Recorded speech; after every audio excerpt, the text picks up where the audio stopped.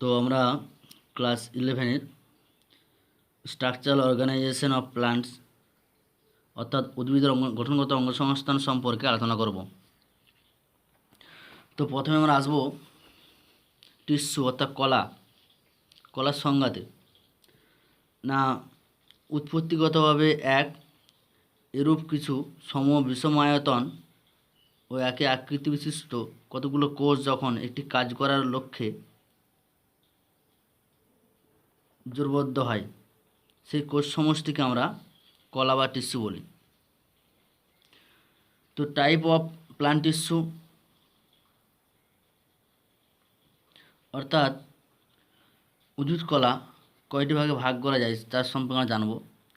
তো মেরিস্টেমিক tissue and permanent tissue অর্থাৎ ভাজক কলা এবং স্থায়ী কলা।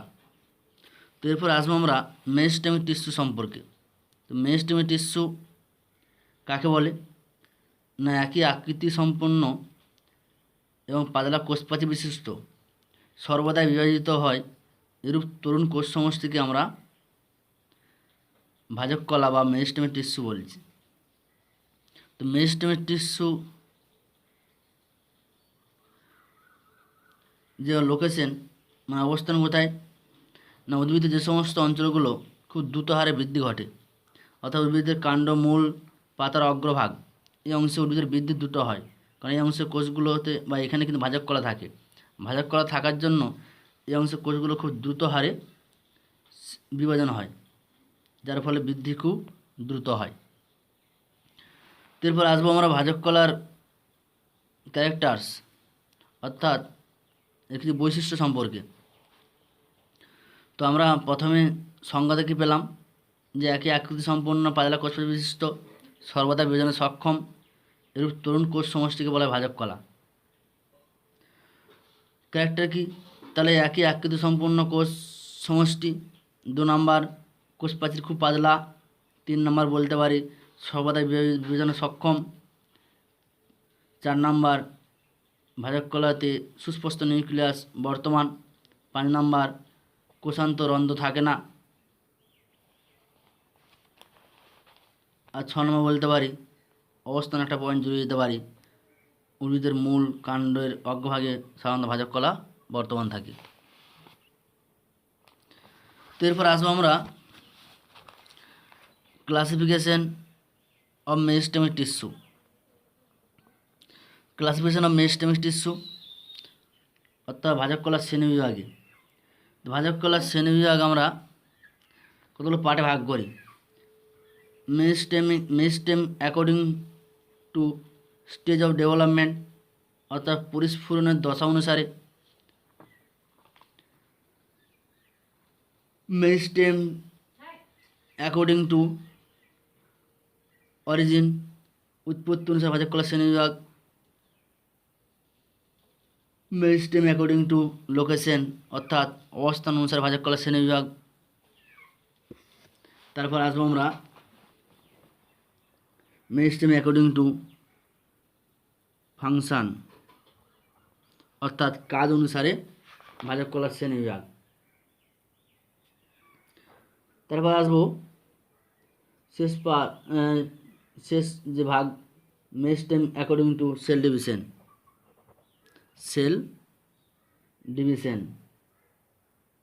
Meristem according to cell division.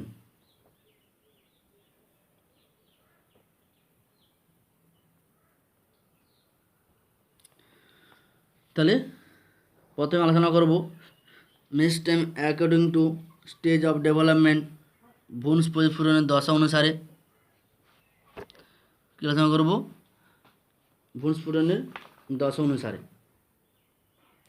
তো এই ভ্রূণ স্ফুরণ দশা অনুসারে কতগুলো পার্টে ভাগ করা যায়, যেমন হচ্ছে মাস, মেরিস্টেম,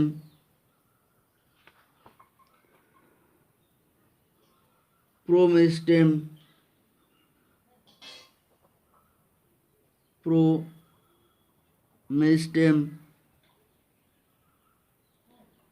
তাহলে কী পেলাম? মাস, মেরিস্টেম অ্যান্ড প্রোমেরিস্টেম। অর্থাৎ যে ভাজক কলাগুলি পরিস্ফুটনের পূর্বে অর্থাৎ ঠিক বৃদ্ধি শুরুর পূর্বে ভ্রূণ অবস্থায় থাকে এবং এই অংশের কোষগুলি সব বিভাজনে সক্ষম।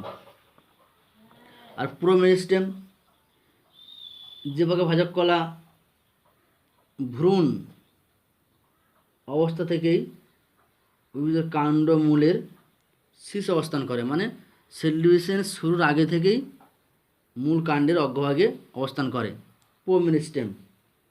তো যত সব ভাজক কলা আছে তারা সব প্রোমেরিস্টেম থেকে সৃষ্টি হয়। এরপর আসবো আমরা অরিজিন। তো অরিজিন যে ভাগটা, অরিজিন অর্থাৎ উৎপত্তি অনুসারে ভাজক কলার শ্রেণীবিভাগ। এখানে আমরা কতগুলো পার্টে ভাগ করব। কী কী পার্ট? এটা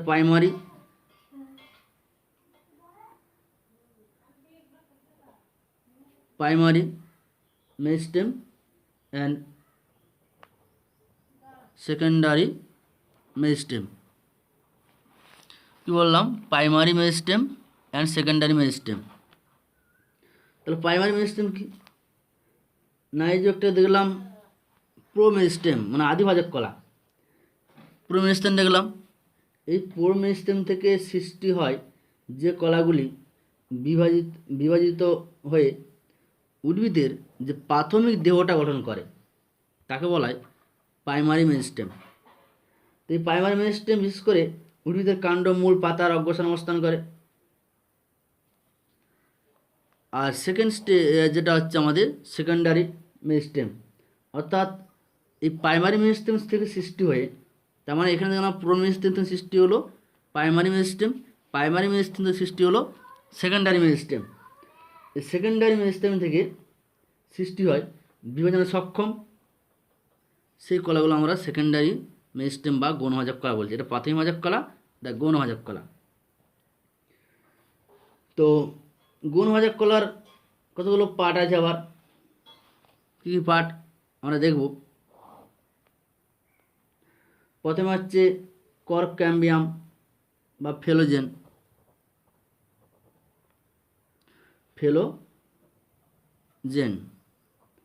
2 নম্বর ইন্টারফ্যাসিকুলার ক্যাম্বিয়াম, ইন্টারফ্যাসিকুলার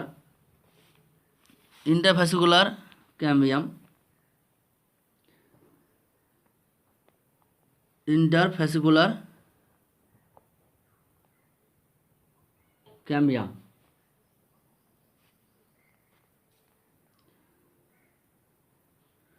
তো থার্ড স্টেজে আমরা পাবো ভাস্কুলার ক্যাম্বিয়াম,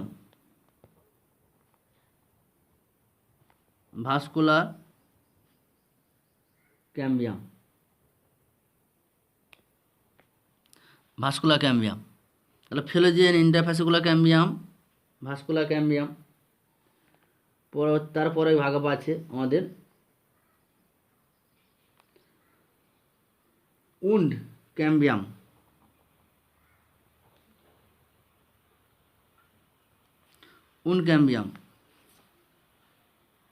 তারপরে অ্যাসিস্ট্যান্ট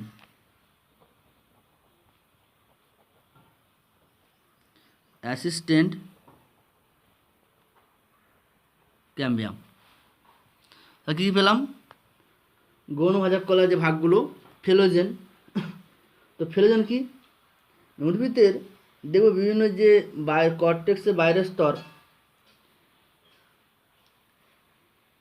সেই অংশে কিছু 2 ধরনের কলা থাকে। বাইরের দিকে থাকে ফেলেম আর ভিতরের দিকে থাকে ফেলোরাম। ফেলোরাম মিলে তৈরি হয় ফেলোজেন। ইন্টারফ্যাসিকুলার ক্যাম্বিয়াম না, এই ভাজক কলা বিশেষ করে আমরা জানি যে জাইলেম ফুলেম ব্যাপারটা আমরা নিচু ক্লাসে পড়েছি। সেখানে যে গৌণ জাইলেম থাকে, সে গৌণ জাইলেমের ওখানে ইন্টারফ্যাসিকুলার ক্যাম্বিয়াম ভাজক কলা নামক ভাজক কলা অবস্থিত। ভাস্কুলা ক্যাম্বিয়াম বিশেষ করে দ্বিবীজপত্রী উদ্ভিদের যে মূল থাকে সে মূলেতে এই ভাজক কলা অবস্থান করে, যে মূলেতে ভাজক কলা অবস্থান করে। এবং উড ক্যাম্বিয়াম যখন কোনো গাছের কাণ্ড বা উদ্ভিদের কাণ্ডে কোনো ক্ষতস্থান বা আঘাতপ্রাপ্ত স্থান, সেইখান থেকে সেলুলেশনের মাধ্যমে যে ক্ষতস্থান মেরামত হয়, সেই ক্ষতস্থান মেরামতে সাহায্য করে উড ক্যাম্বিয়াম।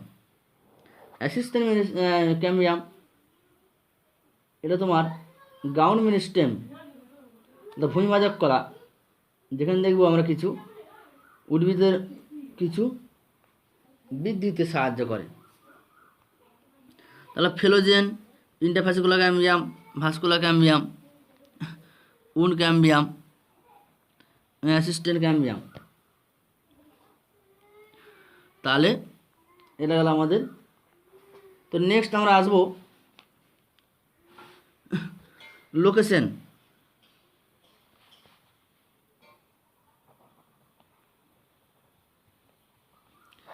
তো location according to location meristem, location অনুসারে ভাজক কলাকে তিনটে পার্টে ভাগ করা যায়।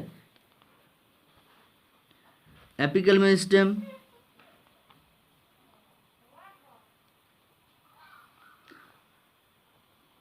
ইন্টারসেলারি মেরিস্টেম,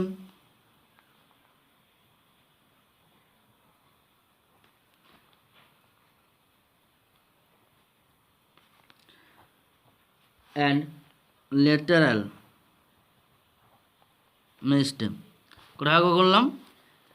অ্যাপিক্যাল মেরিস্টেম অগ্রস্থ ভাজক কলা, ইন্টারসেলারি মেরিস্টেম ইন্টারসেলারি নিবেশিত, ল্যাটারাল পার্শ্বস্থ ভাজক কলা। তাহলে উদ্ভিদের মূল কাণ্ড অগ্রভাগে বিভিন্ন শাখা প্রশাখার অগ্রভাগে যে ভাজক কলা অবস্থান করে তাকে বলা হয় অ্যাপিক্যাল মেরিস্টেম। বিশেষ করে এই মেরিস্টেম উদ্ভিদের সদে বেশি বৃদ্ধি ঘটায়। ইন্টার সেলারি মেরিস্টেম, এই ভাজক কলা বিশেষ করে কিছু উদ্ভিদের মধ্যভাগে পর্বর মধ্যে অবস্থান করে, যেমন পাইনাস, এই সমস্ত গাছ, ঘাস, বাঁশ, গম, মানে এই যে পর্বগুলো থাকে সেই পর্ব গঠন করে ইন্টার সেলারি মেরিস্টেম, মানে পর্বে বৃদ্ধি ঘটায়। পর্ব মানে এই যে ধরো একটা লম্বা আকৃতি, এখানে আমরা দেখব দুটো পর্ব আছে, বাঁশ গাছে দেখব এখানে গুড়ি গুড়ি, তাহলে এই মধ্যভাগটা বৃদ্ধি ঘটে ইন্টারফ্যাসিকুলার ইন্টারসেলারি মেরিস্টেম। ল্যাটারাল পার্শ্বভাজক কলা, উদ্ভিদের মূল কাণ্ড পাতার যে পার্শ্বভাগে যে ভাজক কলা অবস্থান করে পার্শ্বস্থ ভাজক কলা বলা হয়, অর্থাৎ উদ্ভিদের মূল কাণ্ডের যে পার্শ্বভাগের বৃদ্ধি ঘটায় ল্যাটারাল মেরিস্টেম। তাহলে আমাদের দুটো পার্ট আমরা আলোচনা করলাম।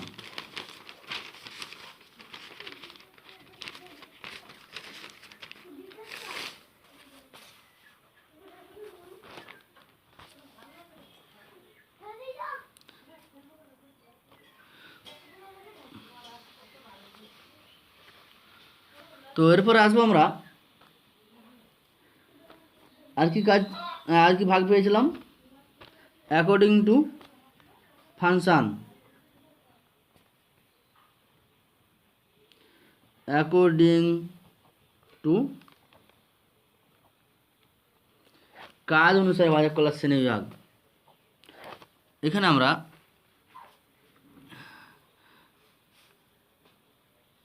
যে পার্টগুলো পাবো, টোটোডাম,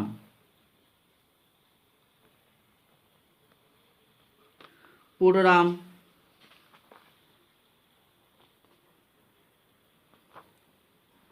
প্রোক্যাম্বিয়াম, পোটোডাম,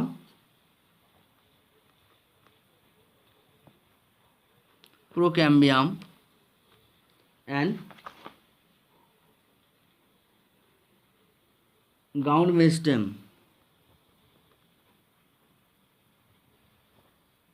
তাহলে protoderm, procambium and ground meristem.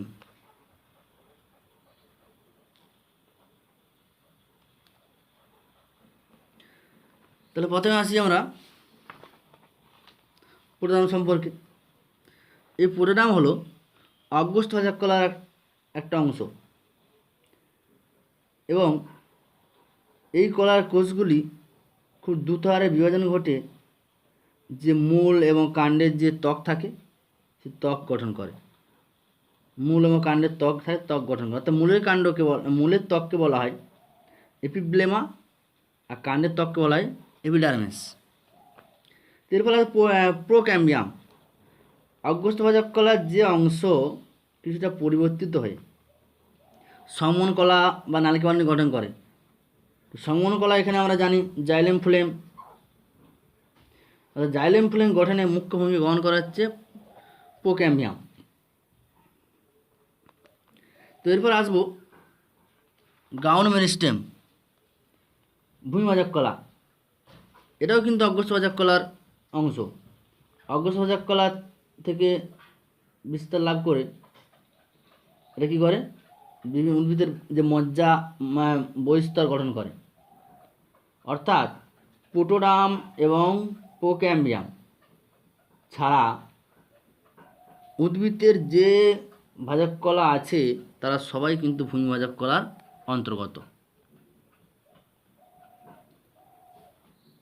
এর কাজ কি না, উদ্ভিদের যে বহিস্তর, অধস্তক, মজ্জাংশ ইত্যাদি গঠন করে। নেক্সট আমরা যে ভাগগুলো পেয়েছিলাম according to cell division. Cell division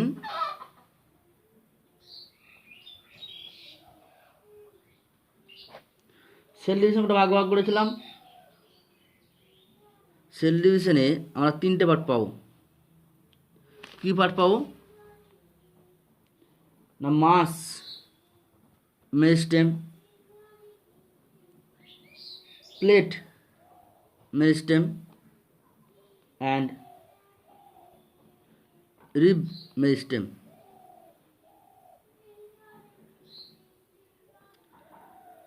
তাহলে mass meristem, plate meristem, rib meristem অর্থাৎ যে সমস্ত ভাজক কলার কোষগুলি যে কোনো তলে সমানভাবে বিভাজিত হয়ে কিছু কোষপুঞ্জ গঠন করে তাকে বলা মাস মেরিস্টেম। অর্থাৎ উদ্ভিদের যে বর্ধনশীল অঞ্চল আছে সেই বর্ধনশীল অঞ্চলে ভ্রূণ, শস্য এবং রেণুস্থলিতে এই ভাজক কলা বর্তমান। 2 নম্বর প্লেট মেরিস্টেম। না, এই প্রকার ভাজক কলাগুলো কী হয়, কোনো নির্দিষ্ট দুটো তলে বিভাজিত হয়। দুটো তলে, এটা ছিল যে কোনো তলে সমানভাবে, এটা দুটো তলে বিভাজিত হয় দিয়ে একস্তর কোষ সমষ্টি গঠন করে। বিশেষ করে উদ্ভিদের ত্বক এবং পাতার যে বহিস্তর বা ফলক, সেই ফলকে প্লেট মেরিস্টেম বর্তমান। Rib meristem. না, এই কলার কোষগুলি একটি নির্দিষ্ট তলে বিভাজিত হয় দিয়ে বহু সংখ্যক কোষ সমষ্টি গঠন করে। উদ্ভিদের যে বহিস্তর এবং মজ্জা গঠনে এই ভাজক কলা বিশেষ ভূমিকা থাকে। তো এরপর আসবো, আমরা এত কিছু ভাজক কলা সম্পর্কে আলোচনা করলাম। এবার আসবো ফাংশন অফ মেরিস্টেম টিস্যু, অর্থাৎ ভাজক কলার কাজ কি। 1 নম্বর কাজ না, এই কলা ক্রমাগত মাইটোসিস প্রক্রিয়া সেল ডিভিশনের নতুন কোষ গঠনের মাধ্যমে উদ্ভিদের বৃদ্ধি ঘটায়। 2 নম্বর ভাজক কলা উদ্ভিদের নতুন যে অঙ্গ সৃষ্টির সূত্রপাত ঘটায়। 3 নম্বর অগ্রভাজক কলা, ভাজক কলা উদ্ভিদের সমস্ত জায়গার বৃদ্ধি ঘটাতে সাহায্য করে। এবং 4 নাম্বার মূলরম কাণ্ডরম, তাদের ক্রমাগত অর্থাৎ মূলের যে শীর্ষ অংশ আছে এই শীর্ষ অংশে বৃদ্ধি ঘটিয়ে মূলরম সৃষ্টি করে। এবং একটা দেখলাম ভাস্কুলার ক্যাম্বিয়াম কী করে, সংবহন কলা গঠন করে। যে সংবহন কলা কি উদ্ভিদের নানান পরিবহনে সাহায্য করে। এছাড়াও যে আমরা দেখলাম কর্ক ক্যাম্বিয়াম নামক ভাজক কলা কাণ্ডমূলের রক্ষণমূলক তা রক্ষা করে। তাহলে আমরা ভাজক কলার যে পার্টগুলো সেগুলো সম্পর্কে আলোচনা করলাম। না প্রথমে শুরু করেছিলাম কলা দিয়ে, কলার সংজ্ঞা দিয়ে। তো আমরা আজকে পর্যন্ত ভাজক কলা শেষ হলো। পরবর্তী ক্লাসে আমরা স্থায়ী কলা বা পার্মানেন্ট টিস্যু নিয়ে আলোচনা করব। ভালো করে দেখো, কোনো সমস্যা হলে কমেন্ট করবে, সেই জায়গাটা আবার পরের ক্লাসে বুঝিয়ে দেওয়া হবে। তো কলার সংজ্ঞাটা একবার বলে দিই। না উৎপত্তিগতভাবে এক, এরূপ কতগুলো সম বিষমায়তন ও একই আকৃতি যুক্ত কোষ যখন একটা কাজ করার লক্ষ্যে সংঘবদ্ধভাবে একটা স্থানে নির্দিষ্ট স্থানে অবস্থান করে, সেই কোষ সমষ্টিকে আমরা কলা বা টিস্যু বলছি।